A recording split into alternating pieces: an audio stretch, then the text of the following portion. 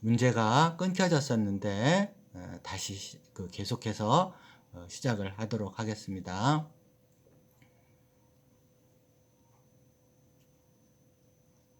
23번 본사 건물에 대한 보험료는 어느 원가로 분류될 수 있느냐. 본사 건물 요거 뭘까요? 본사 건물과 관련되는 것은 제조 원가가 아니겠다. 그래서 비제조 원가에 속하겠습니다. 비제조 원가. 됐죠? 다음 가공비에 대한 설명 중 올바른 거야. 넘어가자. 다음 중 제조 원가의 구성 요소 중 옳게 짝지어진 것은 이렇게 되어 있습니다. 자, 제조 원가를 구성한 것 중에 옳게 짝지은 것.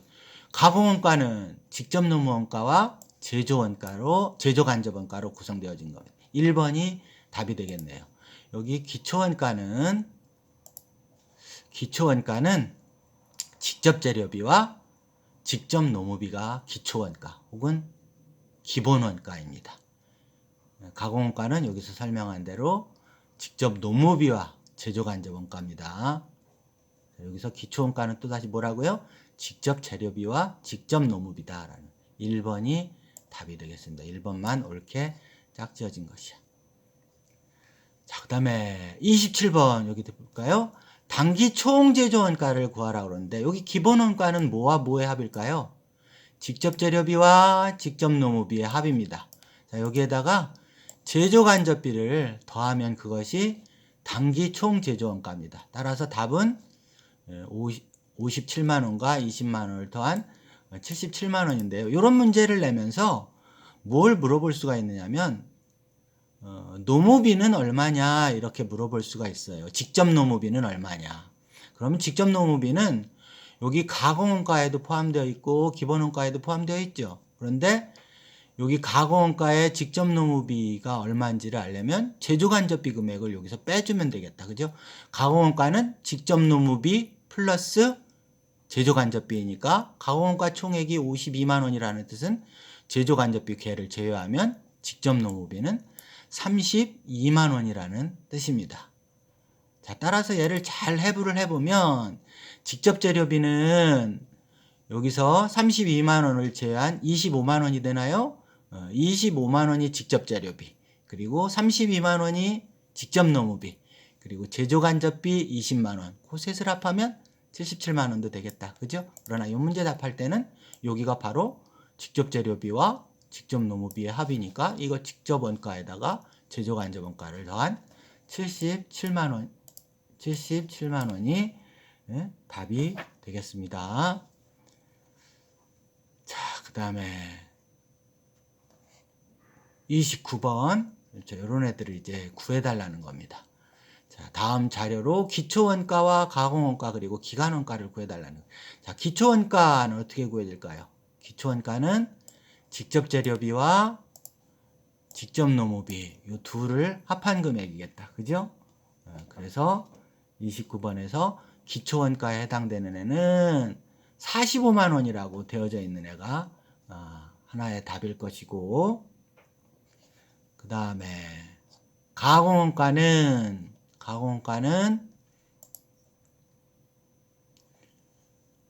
직접 노무비에다가 플러스 여기에 있는 제조원가 모두 다 생산 부장의 급료, 본사 건물은 이건 아니겠지. 이건 빼고 기계 감가상각비 이 둘이네.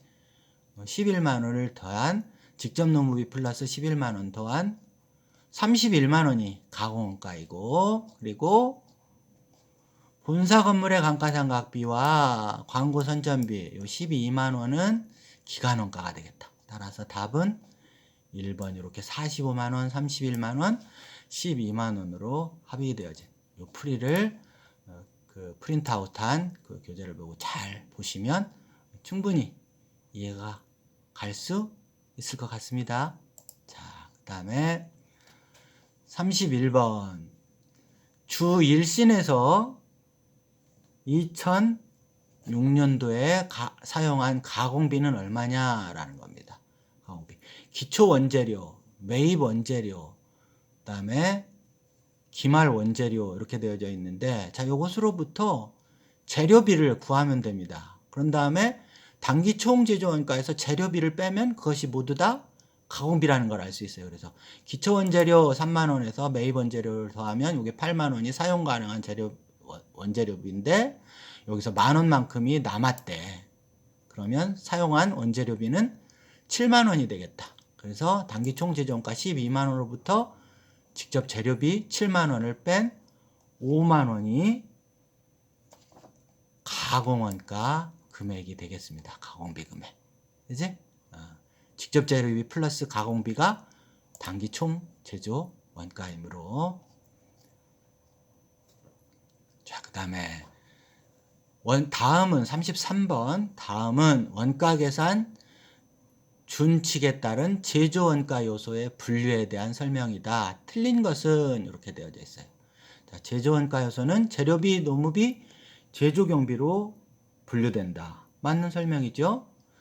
회사가 선택하고 있는 원가 계산 방법에 따라서 직접 재료비, 직접 노무비, 제조 간접비 등으로 분류한다. 이렇게 하는 겁니다. 그 다음에 제조 원가 요소와 판매비와 관리비 요소는 구분하여 집계해야 되겠죠. 자, 그 다음에 4번 제조 원가 요소와 판매비와 관리비 요소의 구분이 명확하지 아니한 경우에는 판매비와 관리비로 계상한다? 그렇지 않습니다.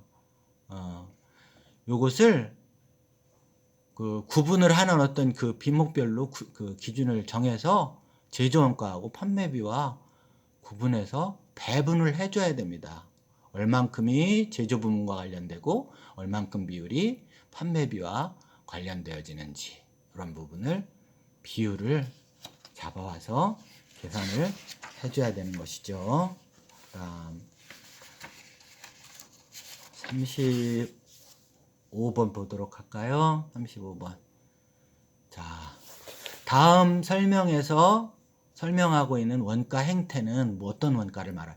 전력비의 원가 행태는 사용량과 무관하게 납부하는 기본 요금과 조업도가 증가함에 따라서 납부해야 될 금액이 비례적으로 증가하는 추가 요금으로 이런 원가를 무슨 원가라고 하느냐면 준변동 원가라고 합니다. 이 또한 역시 계속 얘기하지만 어디 가서 잘 모르면 교수님이 원가의 개념 이 부분을 섹션에서 설명을 하고 있어요. 그 부분에서 반드시 보충 공부를 수업을 들어서 이 부분을 이해할 수 있도록 하세요. 따라서 35번의 답은 3번이 되는 겁니다. 35번의 답은. 자, 그 다음에 생산량의 증감에 관계없이 제품 단위당 원가가 고정되는 것. 제품 총 원가가 아니고 단위당 원가가 고정되는 애를 물어보고 있는 거예요. 걔는 뭐냐면 변동비인 겁니다. 자, 변동비는 비례비예요. 비례비. 37번에 1번. 한 단위 생산할 때 1원이면 두 단위 생산할 때 2원이어서 또 한 단위로 나누면 늘 한 단위 생산하는 데는 1원씩 들겠죠. 이런 애들이 제품 단위당 원가가 고정되어 있는 거지. 1000단위 생산했을 땐 1000원이지만 그것을 1000으로 나누면 한 단위는 역시 1원으로 제품 단위당 원가가 고정되어 있겠지. 37번에 1번이 답이 되겠습니다. 비례비 혹은 변동비 이렇게 되어지는 문제입니다. 자, 39번 다음 중 변동비와 고정비에 대한 설명 중 잘못된 것은입니다. 생산량이 증가함에 따라 총 원가가 증가하는 원가를 변동비라고 하는 겁니다. 그렇죠? 생산량의 증가와는 관계없이 총 원가가 일정한 원가를 고정비라고 합니다. 예. 그다음에 생산량의 증가와는 관계없이 제품의 단위당 변동비는 일정한 겁니다. 좀 전에 설명했죠.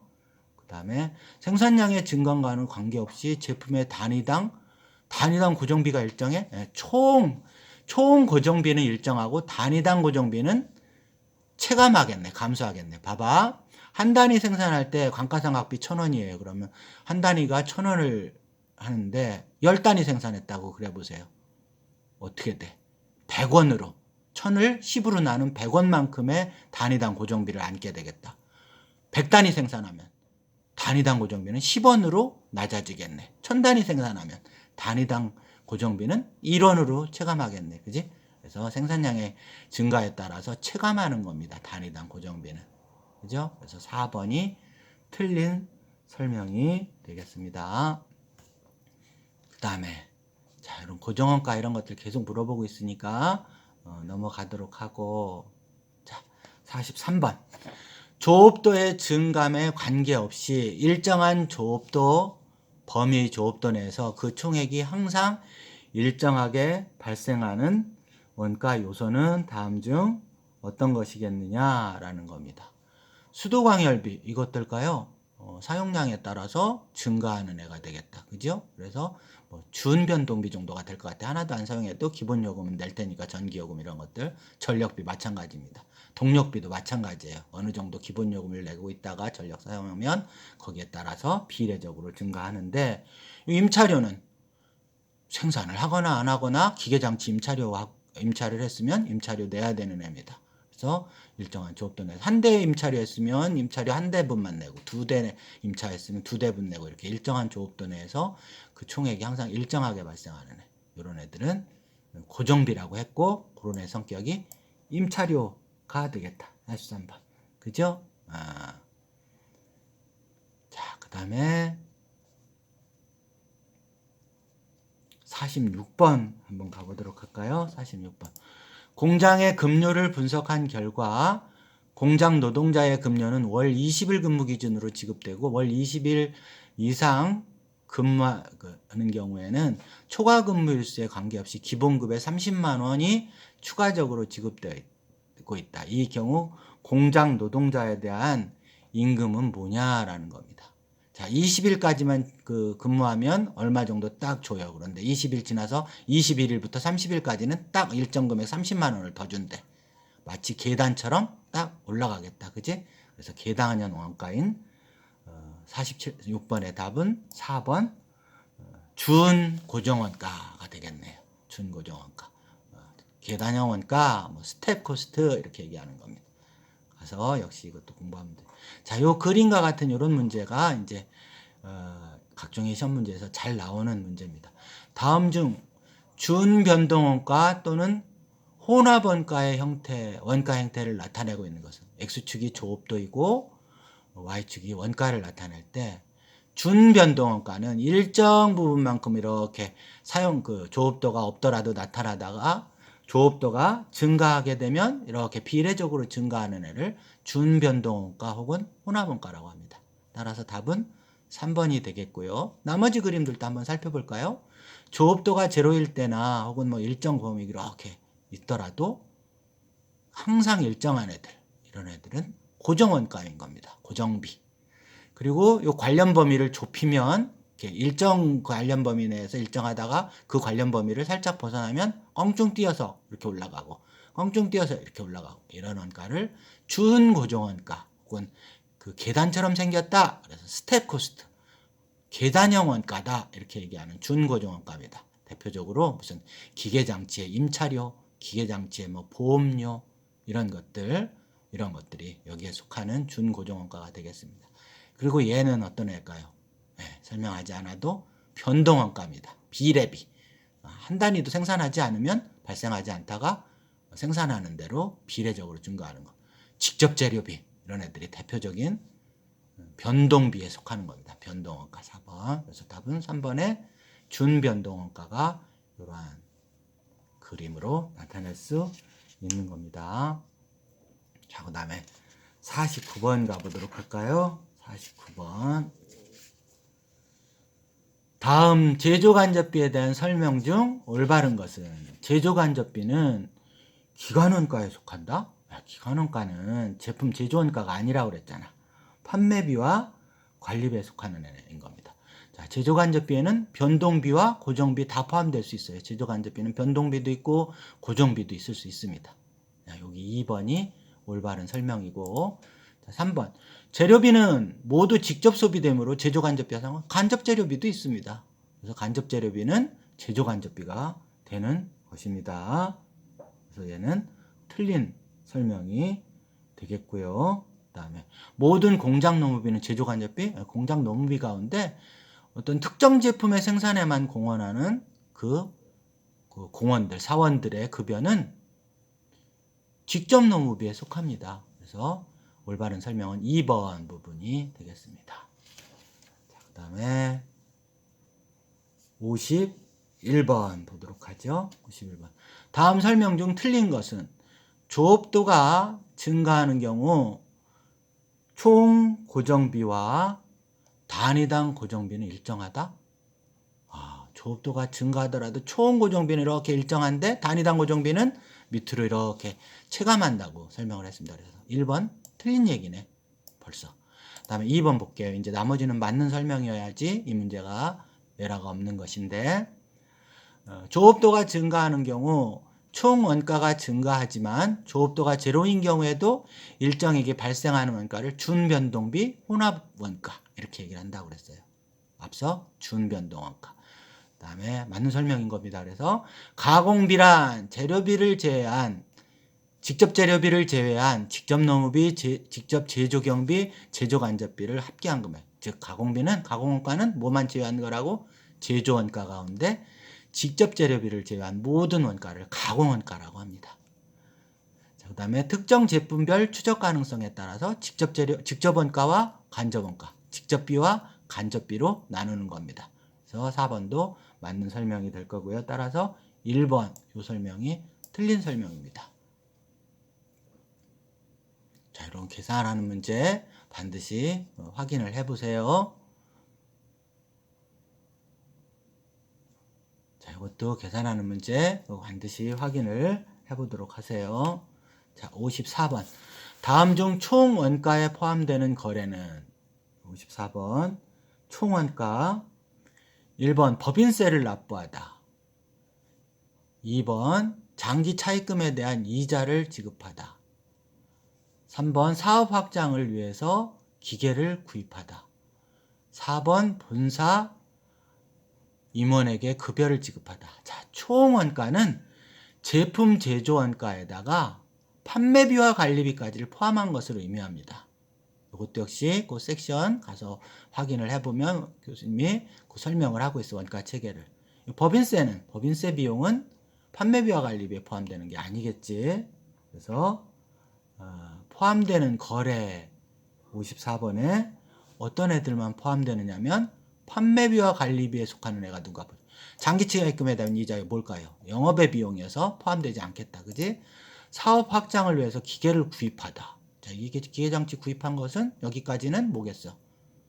자산이겠네. 그리고 이 기계장치를 후에 감가상각 비를 계상한다든가 하면 이게 제조원가가 되겠다. 여기까지는 자산입니다. 그래서 4번에 있는 본사 임원에게 급여를 지급, 본사 임원 급여, 판매비와 관리비죠.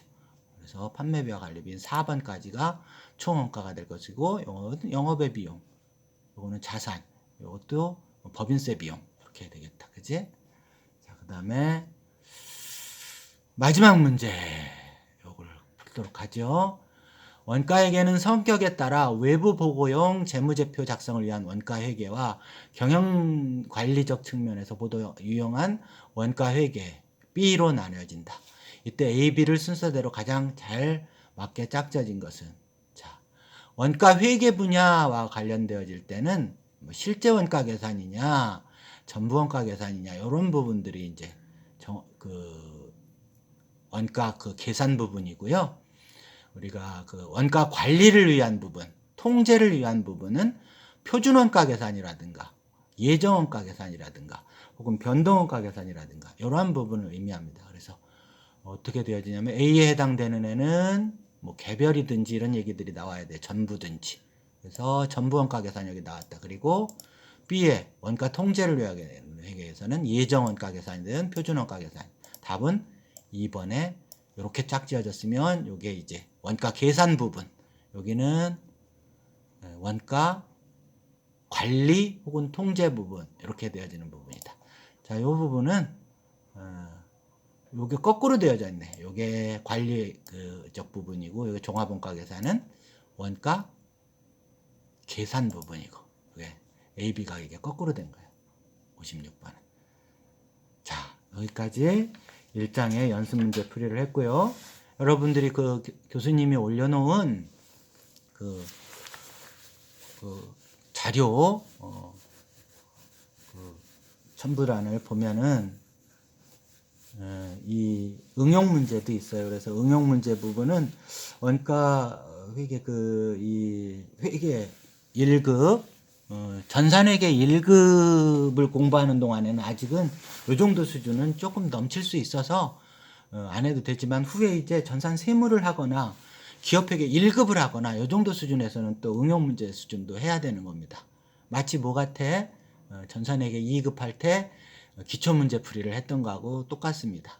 거기에서 응용 문제는 전산회계 1급과 뭐라 그랬어?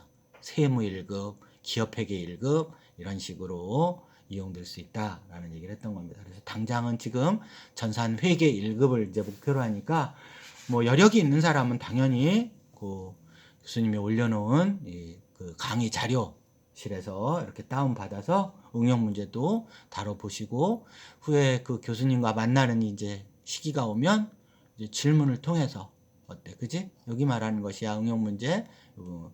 교수님한테 이제 질문을 통해서 잘 안 되는 것들이나 이런 것들은 해결해 보도록 하자. 자, 빨리 여러분 4학년들인데 대부분 빨리 이 코로나 사태가 끝나서 여러분과 함께 제대로 된 수업을 빨리, 또 실기가 좀 마음이 급한데 지금 상황으로는 정말 6월에 실기시험이 있을지 없을지도 잘 모르겠는데 있게 될 것이라는 가정하에 공부를 하고 있어야 됩니다. 그래서 여러분들하고 빨리 만날 날을 기약하면서 요 문제를 풀고, 요 문제풀이가 딱 끝나서 이게 모든 수업 끝난 게 아니고 어떻게 해야 된다고 이 다음 그 섹션에 붙여놓는 원가액의 강의 요 자료들을 꼭 수업을 들어서 이 문제풀이가 제대로 될 수 있는지, 그리고 교수님이 이 문제를 다 풀지 않고 짝수 번호라는 띄엄띄엄 문제를 풀이를 했는데 나머지 문제도 다 풀어보도록 이렇게 하는 겁니다. 4학년이니까 내가 더 이상 부연 설명을 안 하도록 하겠습니다. 잘 알아서 이 문제들 꼭 풀이하고, 그 대면 수업이 아니더라도 어차피 자격시험 어땠었어? 해봤잖아, 그치? 혼자서 공부해야 되는 시간을 많이 가져야 됩니다. 근데 교수님이 필연적으로 또 가르쳐줘야 될 실기 부분이 있어서 반드시 만나야 되는데 조금 밀어놓도록 합시다. 자, 여기까지.